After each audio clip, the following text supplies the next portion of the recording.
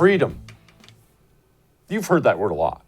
I mean, I understand I have an international audience as well, but for all the Americans, which is the vast majority of my audience, you've heard the word freedom a lot. Free, land of the free, freedom, liberty. You've heard these words a lot. I'm going to ask you something, and I want you to be honest with yourself. You don't have to be honest with me. For the first time, you don't have to be honest with your spouse sitting next to you. Just to yourself.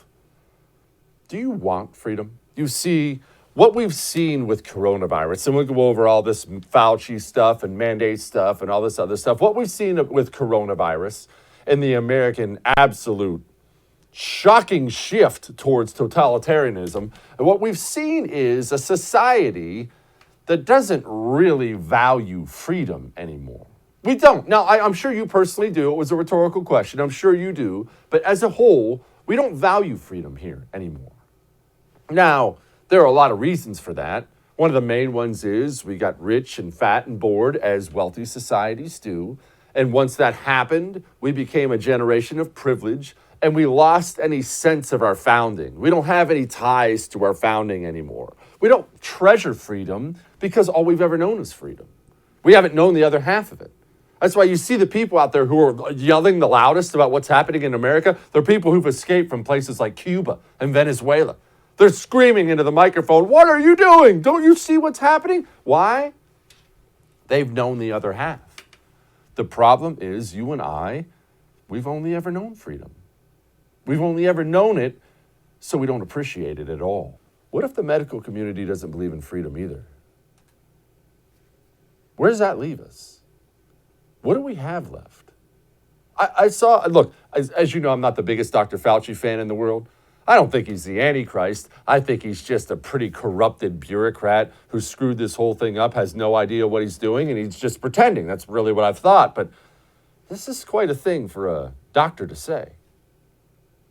I'm sorry. I mean, I know people must like to have their individual freedom and not be told to do something. But I think we're in such a serious situation now that under certain circumstances, mandates should be done. I know you like your freedom, but I'm a doctor. Sorry, you don't get that anymore. Is that where we are? Where are we at? Set the coronavirus portion of that aside. Set the Dr. Fauci part of that aside. Where are we at in America when people feel comfortable speaking like this to us? Do you know what would have happened to you in the year 1900 if you spoke like this to the American public? I don't want to hear about your freedoms, all right? We have things to do. But these people, they're comfortable. I mean, the White House Chief of Staff, Ron Klain, is comfortable saying it. Well, 2 weeks ago, the president announced we were going to require all federal civilian employees to either be vaccinated or to face rigorous testing, limits on their activities, other restrictions to try to really pressure them to get vaccinated. We're obviously working closely with private employers to try to encourage them to do the same thing.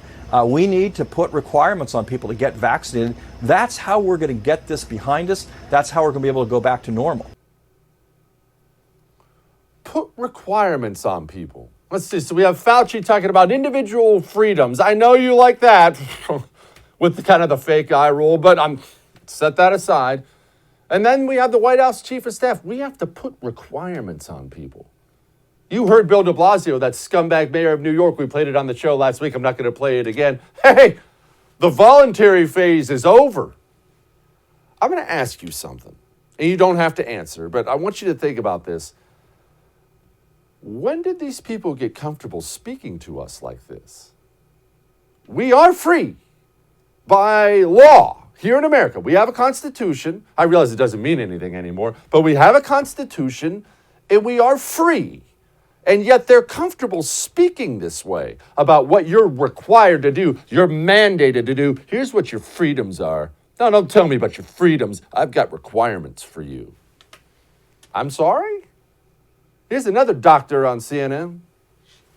This is now one of the most dangerous times in the pandemic when it comes to children, because we have the more contagious Delta variant, we have surges, and we have so many adults letting down their guard, not wearing masks, not getting vaccinated, that's contributing to this really dangerous environment for children. Indoor masking becomes even more important. Universal masking, as Andy mentioned, type of mask also matters. Ideally, KN95 or N95 if the child is able to tolerate that. If not, at least a 3-ply surgical mask. Cloth masks are not enough. Improved ventilation, vaccination for the teachers and staff and parents, and very importantly, testing as well. We should at least be having weekly testing for all the unvaccinated children and staff. I'm sorry? Weekly testing for all those bad unvaccinated kids. You know, the kids who have like that much of a risk at having serious complications from coronavirus. I mean, I was been told to trust the science. That's what the data tells me. I have a year and a half of data. No. If we have these unvaccinated kids, get them down to the nurse's office now. Time for your weekly test. Tilt your head back while I jam a Q-tip up your nose. This is what you get, little Timmy, for not getting vaccinated.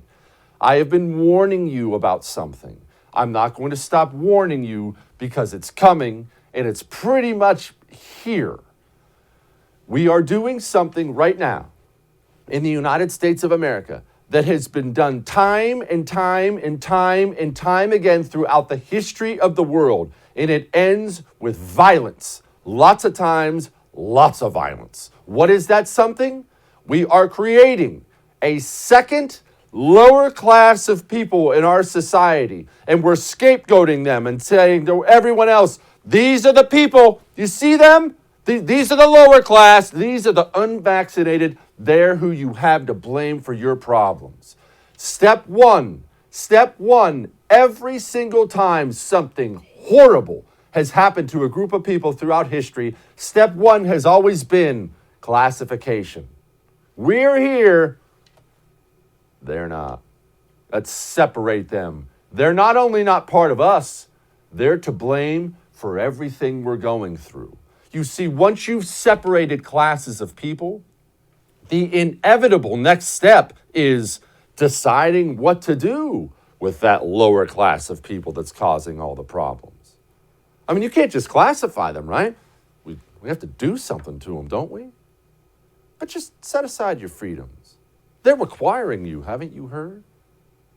You don't believe me about what's coming next, but you're already seeing little bits of it. Here, this is a school board meeting. You're already seeing little bits of it. Are you starting to understand now? I'm a history freak. So I've been always curious about this. I mean, you look at horrible genocides and things like that that happened throughout history. And I could never wrap my mind around how a society could do that. I mean, even if you don't like a certain group of people or something, that's fine. Everyone has their prejudices. But how do you get yourself to the point where you feel like you can just line them up against the ditch and shoot them?